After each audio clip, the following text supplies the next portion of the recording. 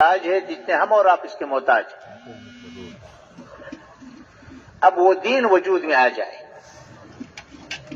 اور کوئی فرد امت اس دین سے معروم نہ رہے. یہ دین 100% وجود میں آ جائے. اور اس محنت کے لیے اللہ سبحانہ وتعالیٰ نے ہر زمانے میں انبیاء کرام علیہ السلام کو بھیجا ہے. تو یہ انبیاء کرام علیہ السلام کی محنت ہے جس کو اللہ سبحانہ وتعالیٰ نے حضور اکرم صلی اللہ علیہ وسلم کی ختم نبوت کے طفیل اس امت کو بہت بڑا انعام کی شکل میں بہت بڑے ایمان کی حیثیت سے اس امت کو عطا فرمایا ہے. تو ہم اس محنت کو کرنا چاہتے ہیں اور سیکھنا چاہتے ہیں اور امت کو اس پر تیار کرنا چاہتے ہیں. تو اس محنت کی ذمہ داری ہے. تو ذمہ داری سامنے ہو پھر محنت ہو.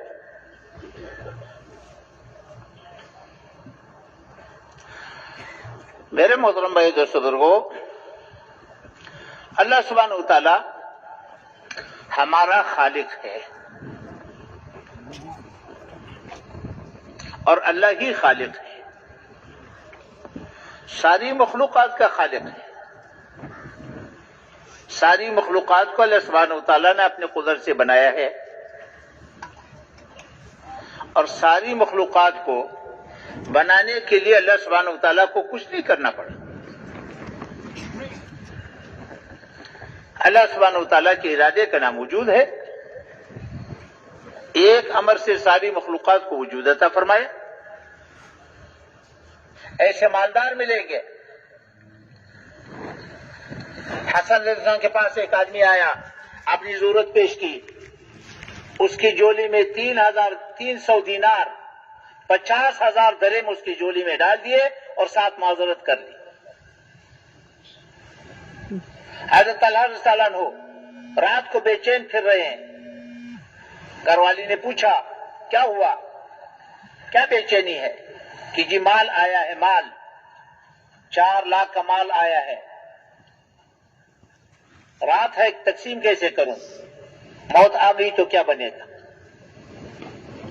راتوں رات اپنے رشتہ داروں کو بلا کر کے تقسیم کیا. قافلہ آیا 700 اونٹوں کا، کھانے پینے کے سامان سے لدا ہوا ہے. عبد الرحمن بن عوف کا قافلہ مدینہ منورہ پہنچا، سارا کا سارا قافلہ ایک دن میں تقسیم کر دیا. تو پھر یہ مالدار یہ ہوں گے. عمومی فضا تھی. میں اس لیے عرض کر رہا ہوں کہ جب دینی زندگی وجود میں آتی ہے تو آسمانی نظام ساتھ چلے گا. حکمرانوں کو ہمدرد بنائے گا، خیر خواہ بنائے گا، رعایا کو تابعدار بنائے گا، مالداروں کو سخی بنائے گا، غریبوں کو غیور بنائے گا. 3 دن کا فاقہ برداشت کریں گے، کسی کے مال کی طرف دیکھیں گے نہیں. یہ آسمانی نظام چلے گا. اطمینان کی زندگی ملے گی، اطمینان کی بارش ہوگی، محبتوں کی بارش ہوگی، رحمتوں کی بارش ہوگی، برکتوں کی بارش ہوگی. دنیا کی زندگی جنت بنے گی. ہاں، اور میرے محترم بھائیو دوستو، اگر دینی زندگی نہ رہی تو دنیا جہنم بنے گی. دنیا تو سب ایک دوسرے سے بیزار ہوں گے. جہنم کی وہ زندگی وجود میں آئے گی. حکمرانوں کو ظالم بنا دے گا، حریص بنا دے گا، رعایا کو سرکش بنا دے گا، مالداروں کو بخیل بنا دے گا، غریبوں کو نافرمان بنا دے گا. تو جہنم کے جذبے وجود میں آئیں گے. جہنمی ایک دوسرے پر لعنت کرتے ہیں، ایک دوسرے سے بیزار ہوتے ہیں، ایک دوسرے پر الزام لگاتے ہیں، ایک دوسرے کو اذیت کا ذریعہ بنتے ہیں. تو دنیا کی زندگی بھی ایسی بنے گی. ہاں، تو جہنم کی زندگی وجود میں آئے گی. جذبے بنیں گے، غریبوں کا جذبہ ہوگا، مالداروں کا پیٹ پھاڑو، ساری دولت نکالو، مالداروں کا جذبہ ہوگا، غریبوں کا خون چوس لو، کتوں کی لڑائیوں پر لگاؤ، مگر غریب کو نوالا مت دو، بڑی بڑی عمارتوں پر لگاؤ، بڑی بڑی شادیوں پر لگاؤ، فضول خرچوں پر لگاؤ، عیاشیوں پر لگاؤ، غریب کو نوالا مت دو، جذبے بنیں گے۔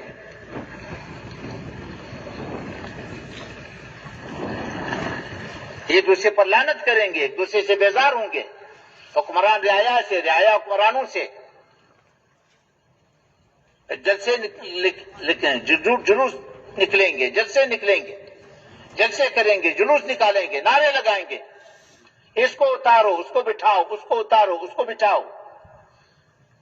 غریبوں کا جذبہ بنے گا، مالداروں کا پیٹ پھاڑو، ساری دولت نکالو، مالداروں کا جذبہ بنے گا، ان کو خون چوس لو، کتوں کی لڑائیوں پر لگاؤ، ایک دوسرے سے بیزار ہوں گے، ایک دوسرے پر لعنت کریں گے۔ جہنمی ایک دوسرے سے بیزار رہتے ہیں، یا اللہ انہوں نے ہمیں گمراہ کیا، انہیں ہمارے حوالے کرو، ہم ان کو پاؤں کے نیچے مت سلتے، یا اللہ انہوں نے انہیں گمراہ کیا، ان کو ڈبل عذاب دے دو۔ اللہ فرمائیں گے غم نہ کرو، دونوں کو ڈبل عذاب ملے گا۔ جہنم کی زندگی وجود میں آئے گی جس سے سارے کے سارے بیزار ہوں گے، حل کسی کے پاس نہیں ہوگا۔ میرے محترم بھائی دوستو، آسمانی نظام کو زمین والے کبھی نہیں بدل سکتے، آسمانی نظام کو زمین والے کبھی نہیں بدل سکتے۔ اس لیے میرے محترم بھائی دوستو، دین انسانی ضرورت ہے، بنیادی ضرورت ہے، ماننے والوں کی ضرورت ہے، نہ ماننے والوں کی ضرورت ہے، جو مٹا رہے ان کی بھی ضرورت ہے۔ اور موت پر تو آخرت کا دروازہ کھل جائے گا۔ قبر کی روشنی تو اس کو ملے گی جو دین پر چلے، قبر کی تنگی سے تو وہ بچے گا جو دین پر چلے، حوض کوثر کا پانی تو دین والے کو ملے گا، عرش کا سایہ تو دین والے کو ملے گا، عمل نامہ دائیں ہاتھ تو دین والے کو ملے گا، پولیس رات پر تو وہ گزرے گا جو دینی زندگی گزار کے آئے، اللہ کا درباری تو وہ بنے گا جو دین کی زندگی گزار کر کے آئے، ہمیشہ کی جنت تو دین والے کو ملے گی، ہمیشہ کی جہنم سے تو دین والا بچے گا۔ بیوی رہ جائے گی، بچے رہ جائے گے، پلازا رہ جائے گا، ڈگری رہ جائے گی، عہدہ رہ جائے گا، جو کچھ ہم نے یہاں کمایا یہاں کا تو سب کچھ یہی رہ جائے گا۔ تو میرے محترم بھائی دوستو، ہم کیا چاہتے ہیں؟ ہم دین چاہتے ہیں۔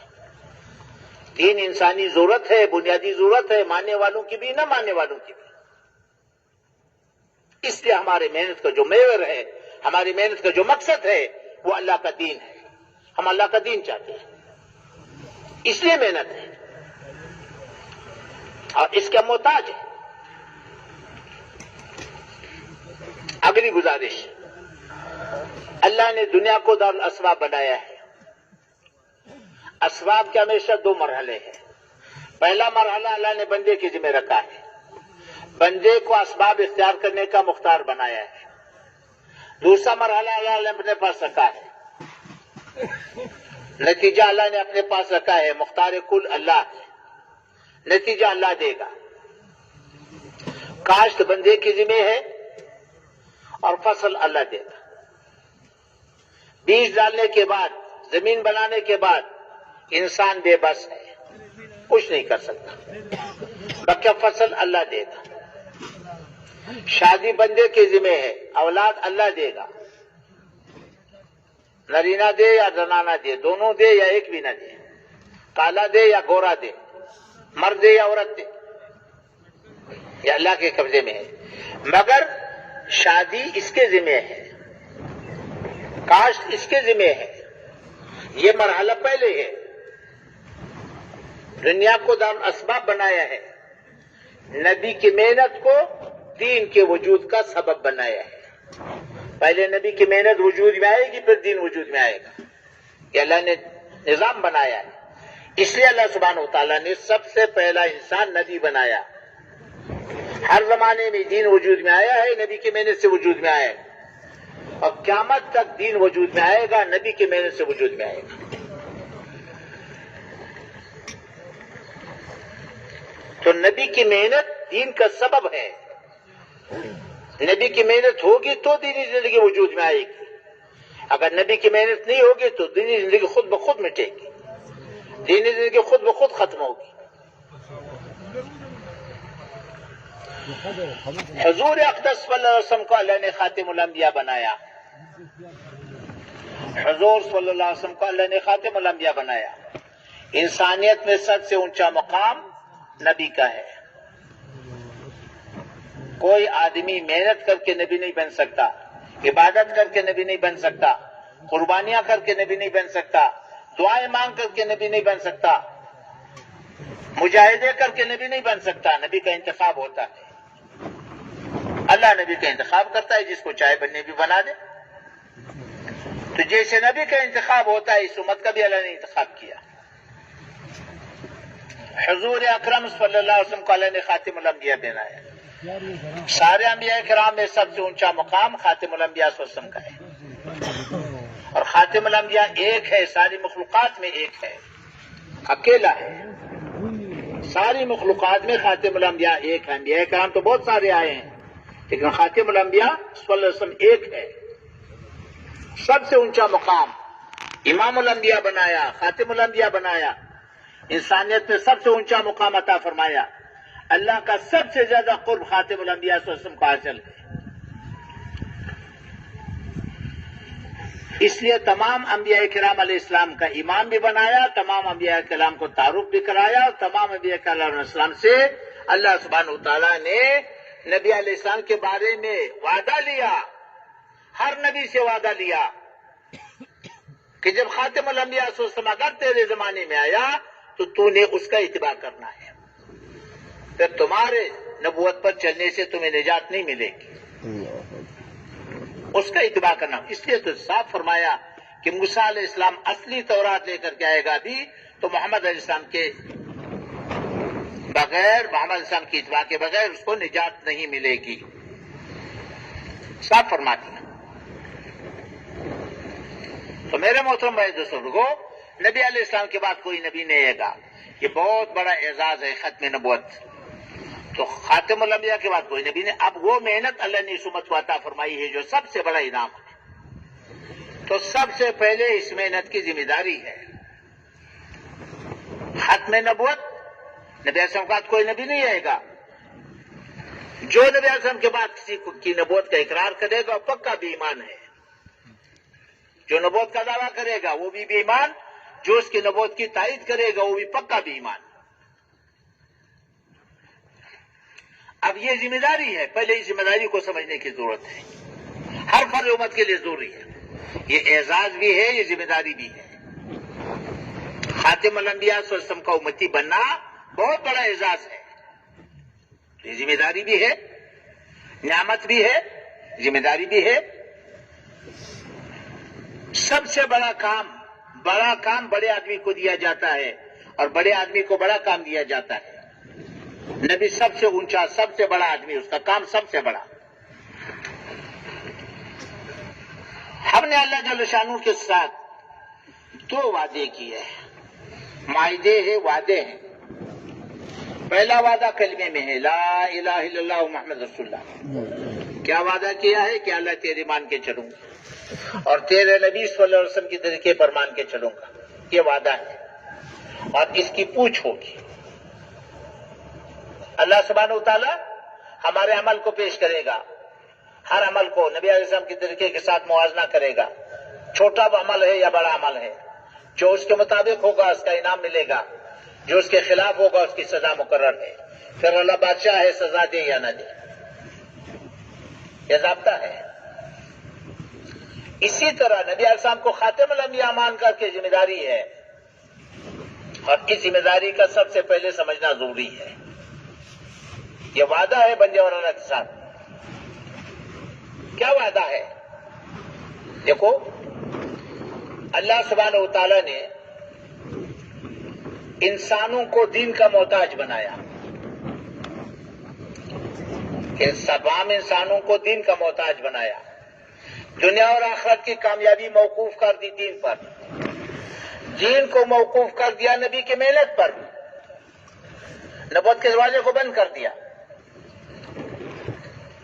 ساری دنیا کے انسانوں کو دین کا محتاج بنایا، دین کو موقوف کر دیا نبی کی محنت پر، نبوت کے دروازے کو بند کر دیا۔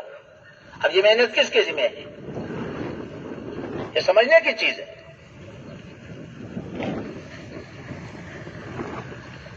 نبی اسلام کے بعد کوئی نبی نہیں آئے گا، کیا مطلب؟ یہ ذمہ داری بھی ہے، یہ اعزاز بھی ہے۔ اب وہ محنت میرے ذمہ ہے جو نبی لے کر کے آیا ہے، پورا دین میرے ذمہ ہے، پورا عالم میرے ذمہ ہے، آنے والی نسلیں میرے ذمہ ہے۔ کیا کرنا ہے یہ بات کی بات ہے، کیسے کرنا ہے یہ بات کی بات ہے۔ پہلے تو ذمہ داری کا احساس کہ میرے ذمہ ہے کتنا۔ 470 کروڑ انسانی آبادی کلمے سے محروم ہے۔ اب ہم اور آپ سے پوچھا جائے گا، ہم سے یہ پوچھا جائے گا، 470 کروڑ انسانی آبادی جو کلمے سے محروم ہے، ان کا دین میں حق ہے یا نہیں؟ اگر حق ہے تو کس کی ذمہ ہے؟ آیا امت اس کو ماننے کے لیے تیار ہے؟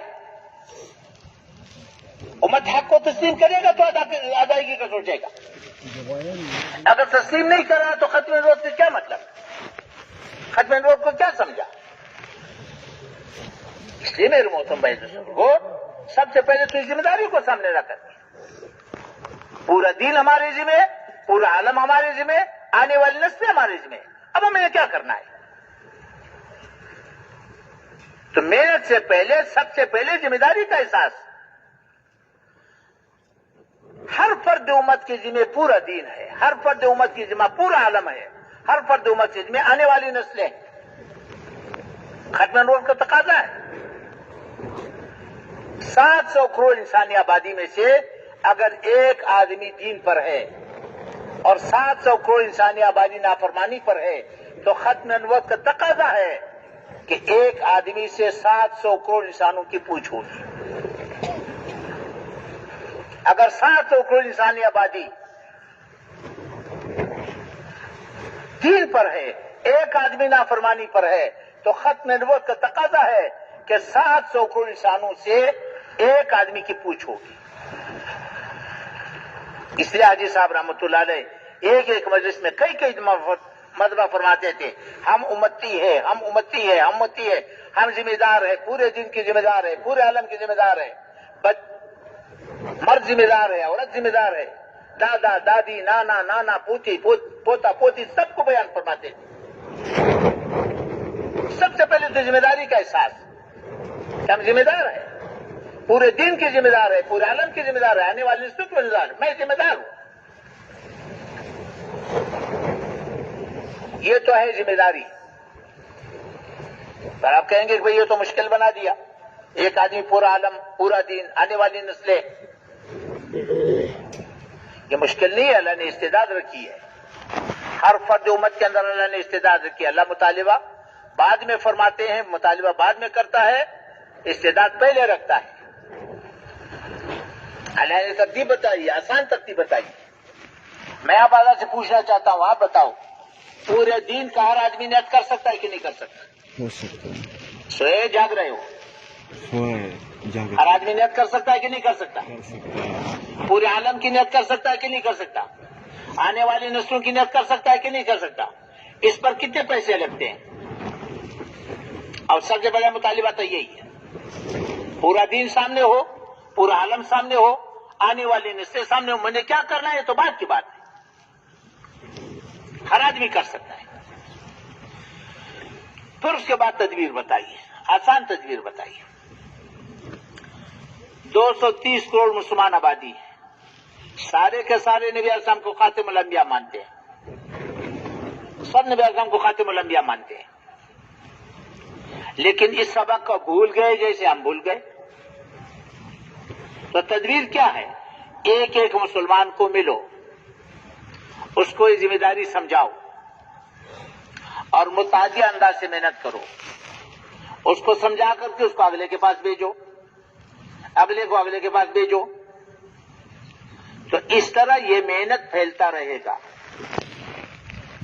تو ایک آدمی پوری امت کو متحرک کر سکتا ہے کہ نہیں کر سکتا؟ کر کے دکھایا۔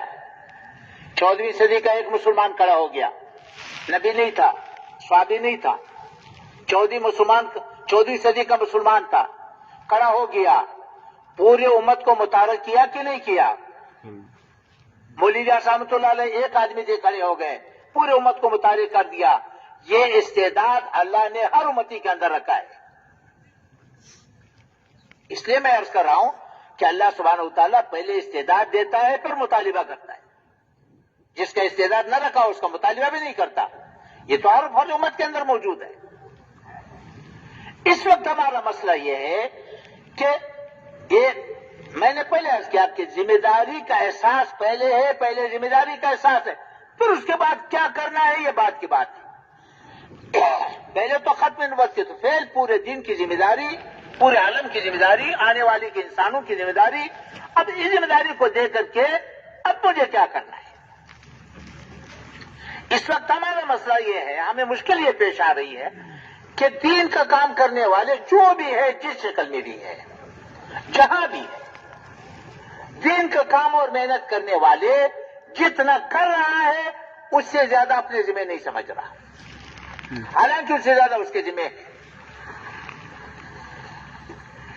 جتنا کر رہا ہے اس سے زیادہ اپنے ذمہ نہیں سمجھتا، اس سے زیادہ کے لیے اپنے آپ کو معذور سمجھتا ہے، حالانکہ معذور نہیں ہے۔ ایک امتی کے اندر پوری امت کو متحرک کرنے کی استعداد موجود ہے۔ تو اس لیے سب سے پہلا مطالبہ ختم نبوت کا تقاضا یہ ہے کہ پورا دین ذمہ ہو، پورا عالم، آنے والی نسلیں اس ذمہ داری کو سامنے رکھ کر کے اب مجھے کیا کرنا ہے۔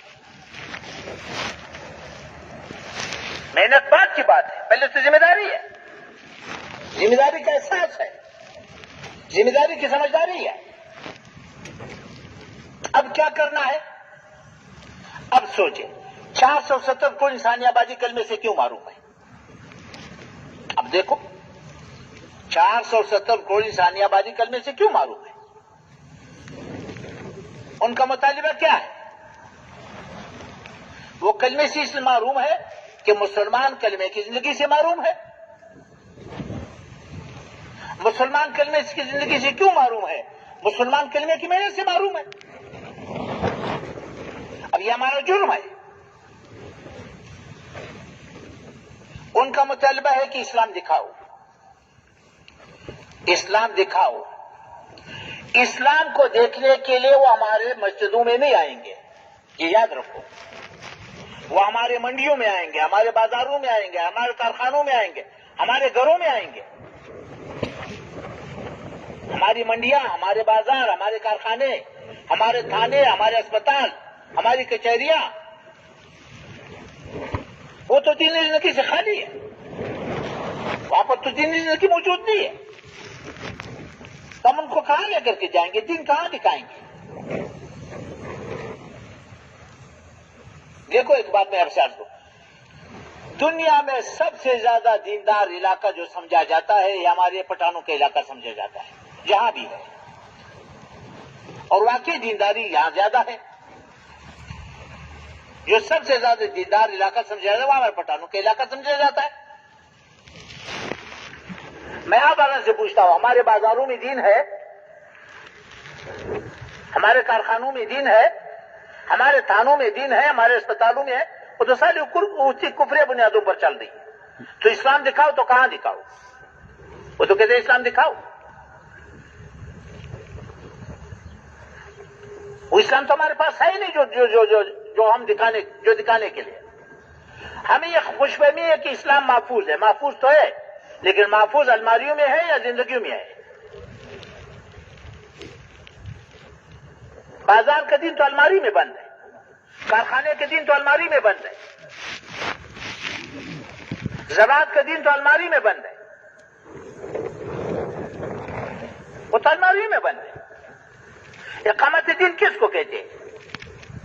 جو دین مٹا ہوا ہے اس کو وجود ملے، یہ اقامت دین ہے، یہ اقامت دین کی محنت ہے۔ الماری کا دین بازار میں آ جائے، ہمیں یہ خوش فہمی ہے کہ دین تو محفوظ ہے، محفوظ تو ہے لیکن کہاں پر محفوظ ہے؟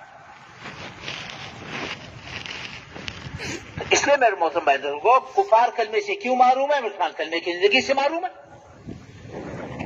کلمے کی زندگی ہوگی تو پہلے کی، کلمے کی زندگی تو ہمارے پاس نہیں رہی.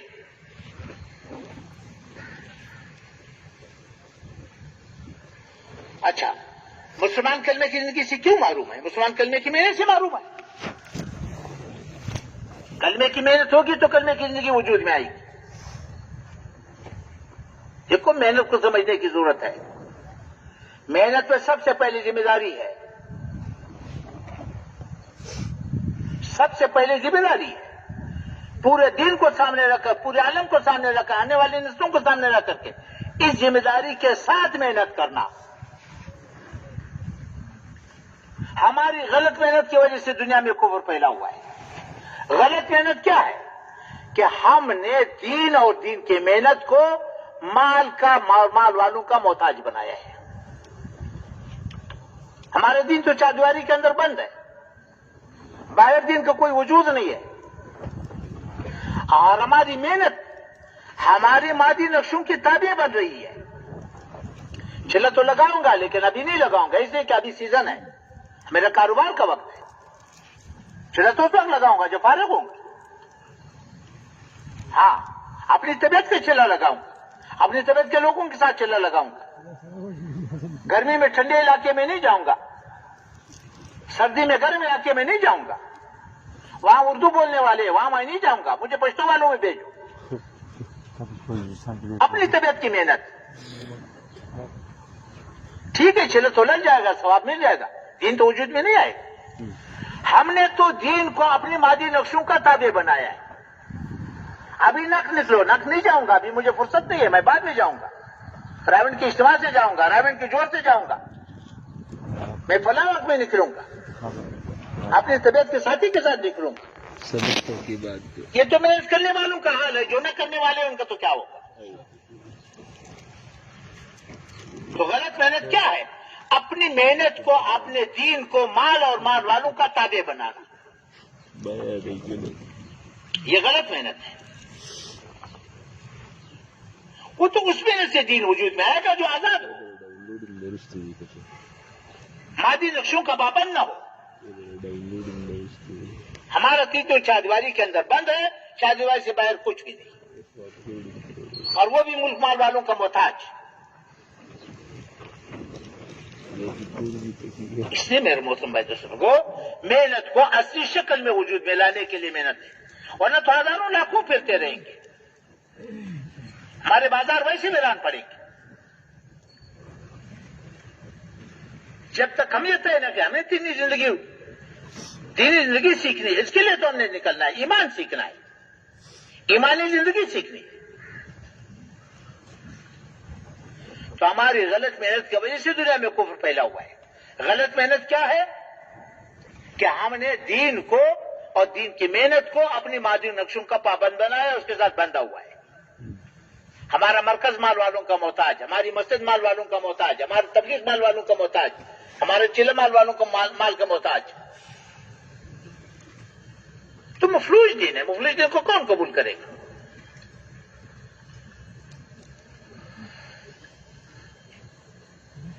اس لیے سب سے پہلے محنت کا محور کیا ہے؟ اللہ کو ساتھ لینا. اللہ کو ساتھ لینا یہ ہماری ضرورت ہے. تو اس لیے کہاں سے شروع کرنا ہے؟ تو سب سے پہلے محنت کی ذمہ داری ہے. اب اس ذمہ داری کو سامنے رکھ کر کے محنت کرنا. اگر ذمہ داری سامنے نہ ہو تو پھر ختم نبوت کا عقیدہ مبہم رہے گا، ختم نبوت کا کوئی مقصد نہیں بنے گا. ختم نبوت کا یہ مقصد ہے کہ پورا دین میرے ذمہ ہے، پورا عالم میرے ذمہ ہے، آنے والی نسلیں میرے ذمہ ہے، اب مجھے کیا کرنا ہے؟ پوری امت کو متحرک کرنا. جہاں جا سکتے ہو وہاں خود جاؤ، جہاں نہیں جا سکتے کسی اور کو بھیجو. محنت کی خاصیت ہے کہ جب اس محنت کو وجود ملے گا اس کی زندگی میں اس کو دینی زندگی ملے گی. جب اصول اور آداب کے ساتھ محنت کرے گا تاجر کی زندگی میں دین آئے گا، زارے کی زندگی میں دین آئے گا، کارخانے والے کی زندگی میں دین آئے گا، مزدور کی زندگی میں دین آئے گا. جب محنت کو وجود ملے گا تاجر کو لگا لو تجارت میں دین نظر آئے گا، زارے کو لگا لو زراعت کی دین نظر آئے گا، دفتر والے کو لگا لو دفتر والے کی زندگی میں دین آئے گا، تو دین وجود میں آئے گا.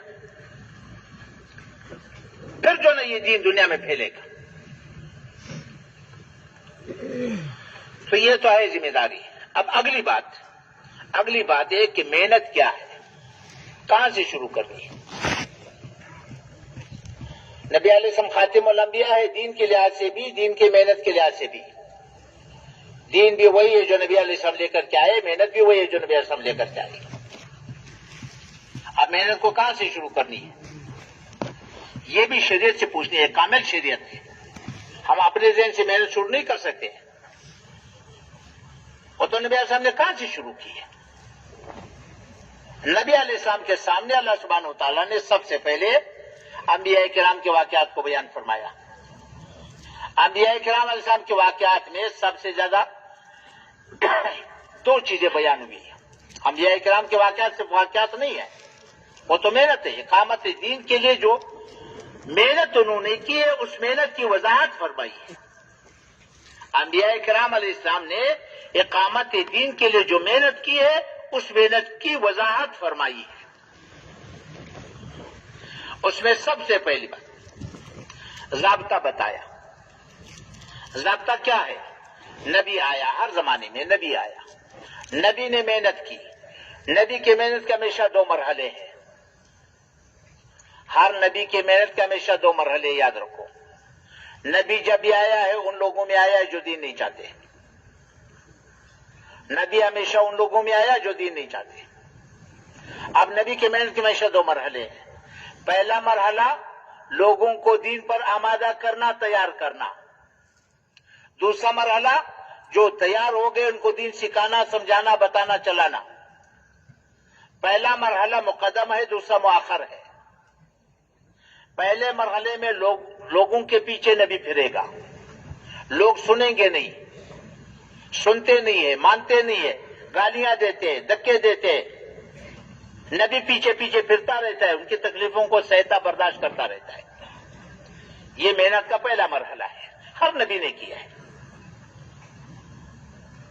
ہاں, دوسرا مرحلہ جب تیار ہو گئے ان کو دین سکھانا, سمجھانا, بتانا, چلانا. اس مرحلے میں پھر لوگ نبی کے پاس آتے ہیں. پہلے مرحلے کا نام تبلیغ ہے, دوسرے مرحلے کا نام تعلیم ہے, تربیت ہے, تزکیہ ہے. امت کو حادثہ یہ پیش آیا صدیوں پہلے, یاد رکھو کہ پہلا مرحلہ تبلیغ امت کے ہاتھ سے نکل چکی ہے اور صدیوں پہلے نکل چکی ہے.